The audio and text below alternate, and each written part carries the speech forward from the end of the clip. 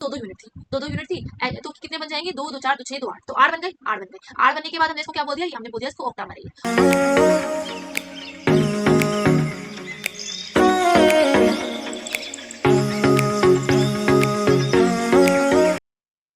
Hello everybody, myself Khushboo, welcome back to my channel.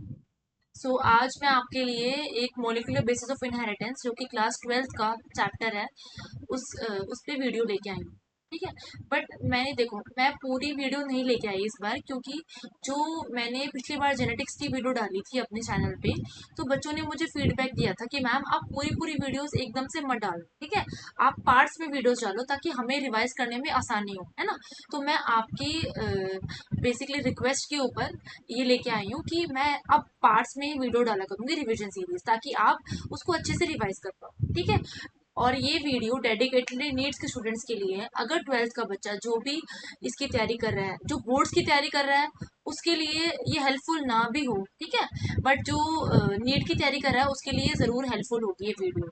बाकी जो 12th के students हैं जो बोर्ड्स की तैयारी कर रहे हैं, उनके लिए मैं अलग अलग वीडियो लेके आऊंगी कि आपको एग्जाम पेपर कैसे अटेम्प्ट करना है, ठीक है। उसके लिए हम आगे फर्दर बात करेंगे। बाकी जो कंटेंट है वो 12th और नीट का मोस्टली आपको पता है, ये सेम है, 12th का ही आता है जो भी आता है नीट में, है ना।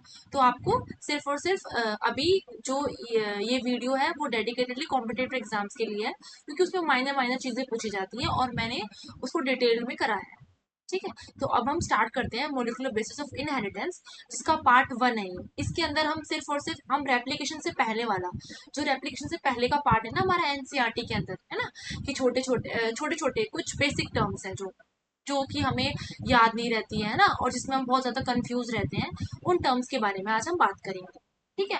तो आप स्टार्ट करते हैं मोलिकुलर बेसिस ऑफ इनहेरिटेंस, और आप साथ साथ अपने नोट्स देखते हुए चलिए, रिवाइज करते हुए चलिए, क्योंकि आपके एग्जाम्स में अभी बहुत ही कम टाइम बचा है, ठीक है।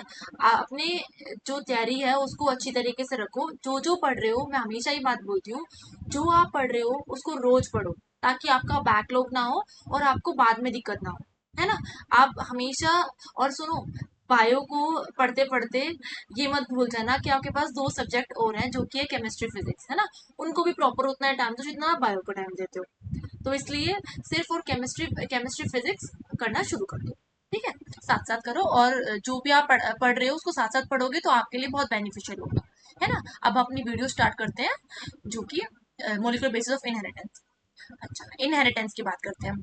इनहेरिटेंस में आपको याद है जो मैंने पिछली वीडियो डाली थी, उसमें मैंने जेनेटिक्स की बात की थी, और मैंने आपको ये बात बोली थी कि मैं कनेक्टिविटी से पढ़ाती हुई चलूंगी, है ना। जो मैंने पहले पढ़ाया वही आगे आपको यूज होता हुआ आएगा, है ना। तो मैंने इनहेरिटेंस की बात बोली थी। इनहेरिटेंस में मैंने क्या बताया था, मैंने ये बताया था कि जो पेरेंट से ऑफस्प्रिंग्स तक, है ना, जो पेरेंट्स से ऑफस्प्रिंग्स तक जो ट्रांसफर होते हैं करेक्टर्स, उनको हम बोलते हैं इनहेरिटेंस पार्ट, इनहेरिटेंस बोलते हैं। अगर मेंडल की भाषा में बोलूं, मैं अगर मेंडल की लैंग्वेज में बोलूं, तो दैट आर फैक्टर्स। ये क्या है, हमारे फैक्टर्स है ना। और मैंने आपको जीन के बारे में बताया था, मैंने क्या बताया था, जो क्रोमोसोम होता है ना, क्रोमोसोम के ऊपर एक छोटा सा सेगमेंट होता है, जो जीन होता है वही ट्रांसफर होता है ना। मैंने आपको ये बताया था। और जीन किस में, रेप्लिकेशन में भी काम आएगा, ट्रांसक्रिप्शन में भी काम आएगा, ट्रांसलेशन में भी काम आएगा, जो हम आगे पढ़ते हुए चलेंगे, ओके। ये बात हो गई। अब मैंने ये बताया कि आपको याद है, मैंने ये भी बताया था कि इनहेरिटेंस इनहेरिटेंस और हेरिडिटरी में क्या डिफरेंस होता है, मैंने ये भी बताया था आपको, है ना। अब मोलिकुलर बेसिस ऑफ इनहेरिटेंस की बात करेंगे अब हम। तो मोलिकुलर बेसिस ऑफ इनहेरिटेंस की बात करेंगे जब हम, तो मोलिक्यूल जो रिस्पॉन्सिबल होता है किसके लिए, इनहेरिटेंस के लिए, है ना। मतलब molecule that is responsible for inheritance, उसको हम कर देते हैं मोलिकुलर इनहेरिटेंस के अंदर, ठीक है।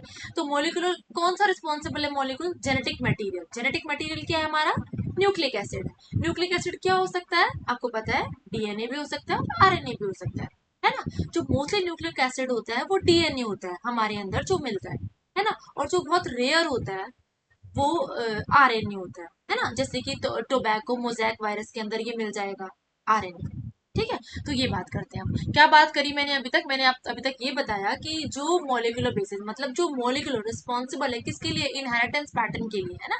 जेनेटिक मटेरियल जो हमारा न्यूक्लिक एसिड है ना, जो रिस्पॉन्सिबल है किसके लिए, इनहेरिटेंस के लिए, चाहे वो डीएनए हो चाहे वो आरएनए हो। उसको हम किसके अंदर रख, वही उसी की डिटेल स्टडी हम पढ़ते हैं किसके अंदर, मॉलिक्यूलर इनहेरिटेंस के अंदर। मॉलिक्यूलर इनहेरिटेंस के अंदर जो हमने पहले पढ़ा था वो क्या था, हमारा इनहेरिटेंस था बायोलॉजी के अंदर, ठीक है।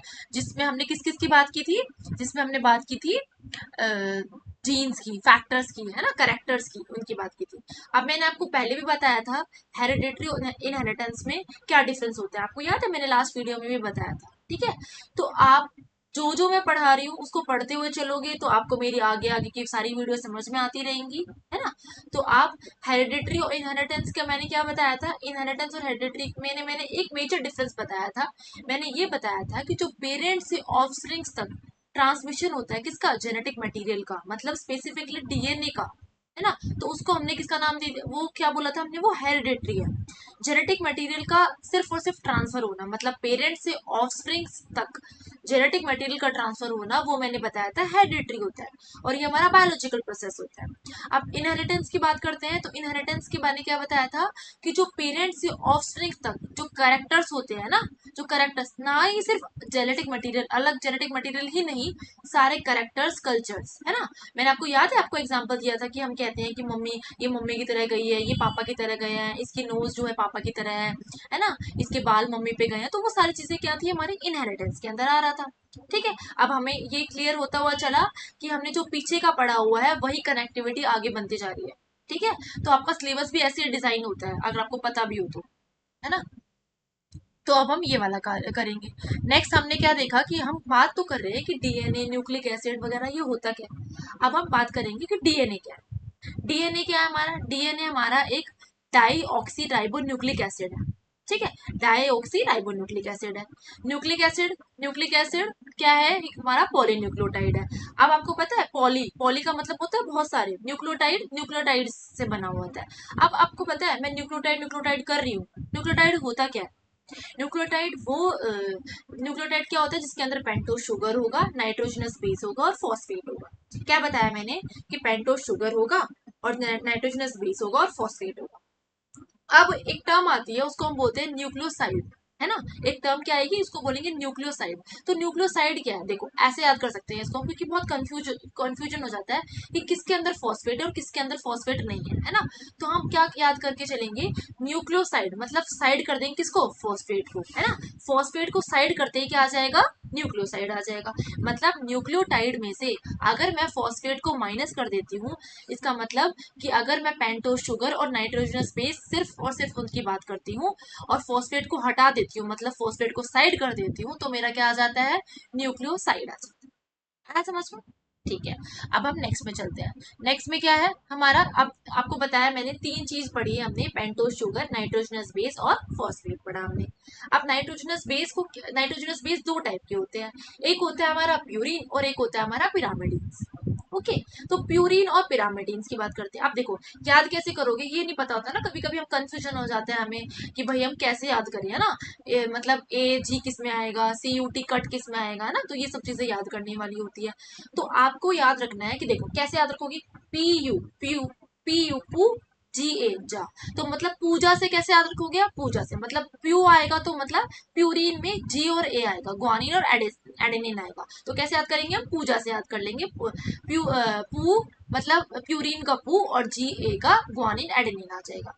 अब आपको पता है बचा क्या, पिरामिडिन बचा, और हमारे पास क्या बचे, सी यू टी कट बचा, मतलब पिरामिडिन को हमने कट कर दिया, ठीक है। ऐसे याद करेंगे हम, पिरामिडिन को हमने कट कर दिया। तो सी में आ जाएगा साइटोसिन, यू मतलब यूरेसिल और टी मतलब थाइमिन। अब आप ये, अब सी यू टी कट सब में नहीं आता है, यू सिर्फ और सिर्फ किस में आएगा, आरएनए मॉलिक्यूल्स में आएगा, टी किस में आएगा, थाइमिन में आएगा, मतलब डीएनए में आएगा, टी थाइमिन आएगा जिसमें डीएनए होगा।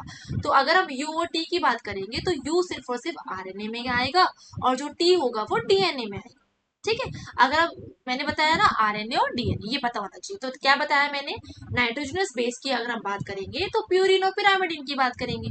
प्यूरिन को कैसे याद करेंगे, पी यू जी ए, पूजा से याद करेंगे। पी यू मतलब प्यूरिन और जी ए मतलब ग्वानिन एडेनिन। एंड पिरामिडिन को कैसे याद करेंगे, C U T cut, cytosine, uracil and thymine, ठीक है। थाइमिन और यूरेसिल को अल्टरनेटिवली यूज करते रहेंगे डीएनए आरएनए के लिए। ओके, अब हम बात करते हैं कि इनका स्ट्रक्चर कैसे होता है ना।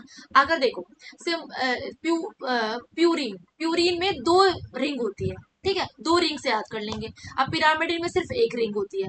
तो मतलब ऐसे हमने पढ़ा है ना कि मतलब छोटा काम बड़े दर्शन, पढ़ा है ना हमने, क्या पढ़ा था कि काम बड़े और दर्शन छोटे, है ना। तो काम बड़े, तो मतलब प्यूरिन का काम क्या है, देखो 2 प्यूरिन के अंदर रिंग होती है, तो ये बड़ा हो गया।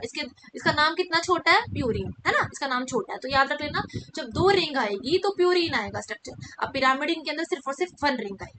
अब नाइट्रोजनस बेस की कैसे वो होगी, देखो जब ये दोनों बेस पेयरिंग करते हैं ना साथ में, तो कैसे बेस पेयरिंग होती है। नाइट्रोजनस में सिर्फ आपको सारे ओड नंबर याद रखने हैं, 1 3, बस 5 को हटा के, 5 नहीं यूज होगा, ठीक है ना। प्यूरिन में यूज होगा ना पिरामिडिन में यूज होगा। कैसे याद रखेंगे हम, नाइट्रोजनस में 1 2 7 9, 1 2 7 9 किसके अंदर, प्यूरिन के अंदर। मैंने क्या बताया था, इसके अंदर इसका नाम छोटा है और स्ट्रक्चर बड़ा है ना? तो नाम छोटा स्ट्रक्चर बड़ा, और इसमें 1 3 7 9। अब पिरामिडिन्स में N 1 3 ठीक है। मैंने क्या बताया कि पोलीन्यूक्लियोटाइड्स होते हैं। पोलीन्यूक्लियोटाइड्स के अंदर जैसे कि आपको ये डाटा याद करना पड़ेगा, अगर बैक्टीरिया का होगा, लैम्डा का होगा, ठीक है, ई कोलाई होगा और ह्यूमंस होगा, तो इसके अंदर कितने कितने बेस पेयर्स होते हैं, है ना। बेस पेयर्स भी आपको याद करने पड़ते हैं। तो बैक्टीरिया के अंदर बैक्टीरिया के अंदर कितने बेस पेयर्स होते हैं, 5 3 8 6 9, 8 6 न्यूक्लियोटाइड्स बेस पेयर होते हैं। लैम्डा के अंदर 4 8 5 0 2 बेस पेयर होते हैं। ई कोलाई के अंदर, ई कोलाई और ह्यूमन बींग का तो याद होना ही होना चाहिए, अपना याद होना चाहिए, 3.3 × 10⁻⁹ बेस पेयर होता है। ई कोलाई होता है हमारा 4.6 × 10⁻⁻⁶ बेस पेयर, ठीक है। ये आपको डाटा याद करना पड़ेगा। अब मैं बात करती हूँ डिस्कवरी की, मतलब डीएनए को डिस्कवरी डीएनए की कब हुई थी, ठीक है। डीएनए की डिस्कवरी हुई थी 1869 में, किसने दी थी, मिस्चर ने दी थी, ठीक है। अब पहले जब इस डीएनए की डिस्कवरी हुई थी ना बच्चा, तो डीएनए का नाम डीएनए नहीं था। क्या नाम था डीएनए का, डीएनए का नाम था न्यूक्लियन। क्यों नाम था डीएनए का न्यूक्लियन, क्योंकि एक सेल है, सेल के अंदर क्या है, न्यूक्लियस है, न्यूक्लियस के अंदर क्रोमोसोम्स है ना। क्रोमोसोम्स के अंदर जेनेटिक मटेरियल है, जेनेटिक मटेरियल क्या है, डीएनए या आरएनए। इसलिए इसको नाम दे दिया गया न्यूक्लियन, क्योंकि ये किसके अंदर मिल रहा था, न्यूक्लियस के अंदर मिल रहा था, इसलिए इसको नाम दे दिया गया पहला न्यूक्लियन, ठीक है। अब जो डीएनए का स्ट्रक्चर होता है उसको हम पढ़ते रहेंगे, और डीएनए का स्ट्रक्चर कौन कौन सा होता है ना, मोस्टली कौन सा प्रेजेंट होता है। देखो मैं आपको बता देती हूँ पहले कि जो डीएनए के टाइप्स होते हैं वो 3 टाइप के डीएनए होते हैं, A DNA, B DNA, Z DNA.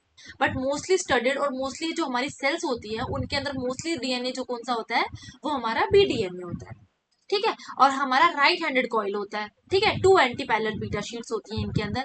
और एक सेल, आपको पता है जो हमारी एक सेल होती है, हमारी बॉडी के अंदर बिलियंस ऑफ सेल्स है ना। एक सेल्स होगी उसके पास 2.2 मीटर का डीएनए होगा, आप समझ रहे हो। अगर मैं अपनी बॉडी की बहुत सारी सेल्स को मिला लूं, तो अगर मतलब बहुत सारी सेल्स को मिला, तो सोच रहे हो कितना बड़ा डीएनए हो जाएगा हमारे पास, है ना। इतना बड़ा कि वो अपने हमारी जो अर्थ होगी उसको भी बहुत बार लपेट सकता है, ठीक है, बहुत बार क्या कर सकता है, रैप कर सकता है, ठीक है। ऐसे है, तो हमें ऐसे बात करनी है। अब क्या होता है कि जो बैकबोन होती है जो डीएनए की, देखो मैं आपको बताती हूँ, यहाँ पर देखो जो बैकबोन होती है वो किससे बनी होती है, डीएनए की बैकबोन बनी होती है शुगर और फॉस्फेट से बनी होती है। अगर हम शुगर और फॉस्फेट की बात करें, मतलब शुगर और फॉस्फेट की बात करें, तो हमारा कौन सा जो लिंकेज होती है प्रेजेंट, मतलब कौन से बॉन्ड से अटैच होते हैं वो अटैच होते हैं एन ग्लाइकोसिडिक लिंकेज से अटैच होते हैं। एन ग्लाइकोसिडिक लिंकेज क्यों होगी, ग्लाइकोसिड मतलब शुगर के पास जो लिंकेज होती है ना, वो ग्लाइकोसिडिक लिंकेज होती है, और एन हमने फॉस्फेट के लिए लगा दिया, तो एन ग्लाइकोसिडिक लिंकेज होती है शुगर और फॉस्फेट के, ठीक है। और चाहे डीएनए हो चाहे आरएनए हो, कोई भी जेनेटिक मटेरियल हो, उसकी सिंथेसिस हमेशा 5 प्राइम टू 3 प्राइम होगी। आगे आपको बताती चलूंगी मैं सब कुछ, ठीक है। अब आता है हमारा चारग्राफ्ट रूल। चारग्राफ्ट रूल क्या कहता है, चारग्राफ्ट रूल ये कहता है कि जो प्यूरिन्स होंगे ना, वो हमेशा पिरामिडीन्स के इक्वल होंगे। ऐसा नहीं हो सकता कि प्यूरिन्स बहुत ज्यादा है और पिरामिडीन्स बहुत कम है, ठीक है। दोनों का रेशियो, प्यूरिन हो या पिरामिड हो, दोनों का रेशियो क्या हो जाएगा, इक्वल होगा दोनों का रेशियो, ठीक है। रेशियो हमेशा एटीजीसी का हमेशा कांस्टेंट रहता है और इक्वल रहता है, ठीक है। ऊपर नीचे कुछ भी नहीं होगा, ओके। अब हम बात करते हैं, देखो मैंने क्या बताया कि जो हमारे जो ये अटैचमेंट होती है, किससे अटैचमेंट होती है, एच बॉन्डिंग होती है ना, एच बॉन्ड्स होते हैं। और ये जो बीच में जो गैप होता है, क्या बताया मैंने, जो बीच का जो गैप होता है वो 0.3 नैनोमीटर का होता है। नैनोमीटर मतलब 10⁻⁻⁹ होता है, ठीक है। और एक जो हेलिकल टर्न होता है वो बता रखा है, एक हेलिकल टर्न कितना होगा, 10.5 बेस पेयर टर्न्स होते हैं, है ना। ये आपको डाटा पूछ लिया जाता है, आप इसको पढ़ लेना। और जो इन दोनों के बीच में जो गैप होता है वो कितना होता है, 20 आर्मस्ट्रॉन्ग का होता है। अब आपको पता है राइट हैंडेड होता है ये, और जो इसकी लेंथ होती है पूरी 3.4 नैनोमीटर की होती है। ठीक है, ये आपको थोड़ा डाटा है जो कि आपको पढ़ना पड़ेगा, लर्न करना पड़ेगा, पता होना चाहिए। अब मैंने ये बोला कि बहुत बड़ा डीएनए है, डीएनए का मतलब 2.6 है, ये है वो है, मैंने बताया ना 2.2 है, इतना बड़ा डीएनए। आप खुद सोच के देखो कि अ, अगर मतलब बहुत बड़ा डीएनए है ना, तो हमारी बॉडी के अंदर वो है कैसा, मतलब दिखता तो हमें बिल्कुल ऐसा ऐसा है कि मतलब दिखता ही नहीं है, पहली बात तो हमें दिखता ही नहीं है। हम कहते हैं ना बहुत बड़ा है, तो वो दिख क्यों नहीं रहा, है ना। तो देखो सिंपल बात है, अपने घर से लेके चलो इस बात को। जब भी हम बहुत ही ज्यादा जैसे अगर हमें लग रहा है कि ये सामान बहुत ज्यादा बड़ा है ना, ये आएगा नहीं आएगा नहीं, तो हम क्या करते हैं, छोटे छोटे कॉम्पैक्ट्स बना लेते हैं उनके, है ना, छोटे छोटे कॉम्पैक्ट्स बना लेते हैं ताकि वो आराम से अरेंज हो जाए उसके ऊपर, ठीक है, अरेंज हो जाए। तो हम क्या करते हैं, जो हमारा डीएनए होता है ना उसके अंदर भी हम क्या करते हैं, उसकी अरेंजमेंट करते हैं। ठीक है, अरेंजमेंट करते हैं डीएनए को प्रॉपरली, क्या करते हैं हम उसको जो हमारा डीएनए होता है उसको प्रॉपरली पैक करते हैं। उसके बाद ही आगे आगे भेजा जाता है, वो आगे फर्दर प्रोसेसेस के लिए। ठीक है, तो जो डीएनए की जो पैकेजिंग होती है वो किससे होती है, हिस्टोन प्रोटीन से होती है। हिस्टोन प्रोटीन्स कौन से प्रोटीन्स होते हैं, जो बेसिक अमीनो एसिड से बने होते हैं, बेसिक अमीनो एसिड से बने होते हैं। ठीक है, तो अमीनो एसिड कौन कौन से प्रेजेंट होंगे, लाइसिन आर्जिनिन प्रेजेंट होंगे। अब हमें पता कैसे चलेगा, इसको याद कैसे करेंगे, हम आर के से याद कर लेते हैं हम इसको, है ना, आर के, आर के से याद कर लेते हैं, है ना, या फिर है ना। तो हम डाइमर की बात करें थे, डाइमर में क्या होता है, H2A H2B। ठीक है, H2B H2A था, और इन सबकी दो दो यूनिट थी, दो दो यूनिट थी। तो कितने बन जाएंगे, दो दो चार दो छह दो आठ, तो आठ बन गए, आठ बन गए। आठ बनने के बाद हमने इसको क्या बोल दिया, ये हमने बोल दिया इसको ऑक्टामर है ये। ऑक्टामर, इसको हमने क्या नाम दिया, इसको हमने नाम दिया न्यूक्लियोसोम नाम, है ना, न्यूक्लियोसोम नाम दिया, जो कि 200 बेस पेयर का था। अब आपको पता है जो हमारा डीएनए होता है वो क्या होता है, नेगेटिवली चार्ज होता है। उसके पास क्या होता है, नेगेटिवली चार्ज होने के लिए फॉस्फोरिक एसिड होता है। फॉस्फोरिक एसिड क्या है हमारा, नेगेटिवली चार्ज प्रोवाइड करता है किसको, डीएनए को, है ना। अब हम बोल रहे हैं कि जो हिस्टोन्स है, आप खुद सोचो कि जब हम अपोजिट चार्ज देंगे तभी तो वो एक दूसरे के साथ रह पाएंगे ना, तभी तो वो अट्रैक्ट हो पाए एक दूसरे के साथ। अगर हम सेम चार्ज देंगे तो एक दूसरे के अलग अलग भागेंगे वो, है ना। तो हम क्या करते हैं, पॉजिटिवली चार्ज प्रोवाइड करते हैं। पॉजिटिवली चार्ज क्या है हमारा, हिस्टोन की तरह काम करता है। ठीक है, हिस्टोन की तरह काम करेगा, हिस्टोन की तरह काम करेगा। उसके बाद क्या होगा कि देखो इसका जो मॉडल होता है वो क्या होता है हमारा, बीट स्ट्रॉ स्ट्रिंग मॉडल। क्या होता है, जैसे मान लो कि एक मैंने माला ले ली, है ना, माला ले ली और माला के अंदर मोतियां ले ली, मोती हो गए, ठीक है, मोती हो गए। तो जो मोती का काम कर रहा है ना बच्चा, वो हमारा न्यूक्लियोसोम है ना, जो मोती का काम कर रहा है वो हमारा न्यूक्लियोसोम है। और जो हमारी स्ट्रिंग की तरह, जो मतलब हमारी जो मोती की जो माला है ना, जिसके अंदर मोती डले हुए हैं, तो उसके लिए क्या काम कर रहा है, क्रोमेटिन काम कर रहा है। कौन काम कर रहा है, क्रोमेटिन काम कर रहा है। ठीक है, हम ये करते हैं। उसके बाद क्या होता है कि ये बात हो गई। अब जो हमारे, हमने ये बात बोली कि कुछ हिस्टोन प्रोटीन्स होते हैं। अब आपको पता है कि सारे तो हिस्टोन प्रोटीन नहीं हो सकते, तो कुछ नॉन हिस्टोन क्रोमोसोमल प्रोटीन्स होते हैं, है ना। नॉन हिस्टोन क्रोमोसोमल प्रोटीन्स कौन से होंगे, या तो यूक्रोमेटिन होंगे या हेट्रोक्रोमेटिन होंगे, है ना। यूक्रोमेटिन का मतलब क्या होता है, देखो इसके अंदर डिफरेंस भी आ सकता है, तो आपको डिफरेंस पता होना चाहिए, यूक्रोमेटिन और हेट्रोक्रोमेटिन में क्या डिफरेंस होता है। यूक्रोमेटिन क्या होता है, लूजली पैक्ड होता है, लूजली पैक्ड मतलब ऐसे ही वो होता है, ठीक है। और ये जो होता है हेट्रोक्रोमेटिन, वो क्या होता है हमारा, डेंसली पैक्ड होता है। यूक्रोमेटिन क्या होता है, लाइटली स्टेन्ड होता है ना। और जो हेट्रोक्रोमेटिन होता है वो क्या होता है हमारा, डार्कली स्टेन्ड होता है, ठीक है। और जो यूक्रोमेटिन होता है वो ट्रांसक्रिप्शनली एक्टिव होता है, और जो हाइड्रोक्रोमेटिन होता है वो ट्रांसक्रिप्शनली इनएक्टिव होता है। ठीक है, तो इन दोनों के बीच में आपको डिफरेंस पता होना चाहिए कि नॉन हिस्टोन प्रोटीन्स कौन से होते हैं, हिस्टोन प्रोटीन्स कौन से होते हैं, हिस्टोन प्रोटीन्स के अंदर कौन से अमीनो एसिड इन्वॉल्व होते हैं, कौन सा मॉडल होता है, मॉडल को हमने क्या नाम दिया, कितने बेस पेयर का मॉडल था, है ना, ऑक्टामर बना, ठीक है, कितने डाइमर्स मिलके ऑक्टामर बनाते हैं, ये सब चीज़ आपको पता होनी चाहिए। ये बहुत ही बेसिक बेसिक चीज़ें हैं जो आपको पता होनी चाहिए। ठीक है, आगे हम रेप्लिकेशन, ट्रांसक्रिप्शन, ट्रांसलेशन करने से पहले you should know these things, है ना। तो आप इनको थ्रू, इसको पढ़ना अच्छी तरीके से, एनसीईआरटी से भी पढ़ना, और इस वीडियो को भी देखना अच्छे से। ठीक है, जो चीज़ समझ में नहीं आएगी आप मुझे कमेंट सेक्शन में पूछ भी सकते हो। ठीक है, आप ऐसे पढ़ते रहोगे ना तो आपको भी बहुत ही ज़्यादा हेल्पफुल रहेगा।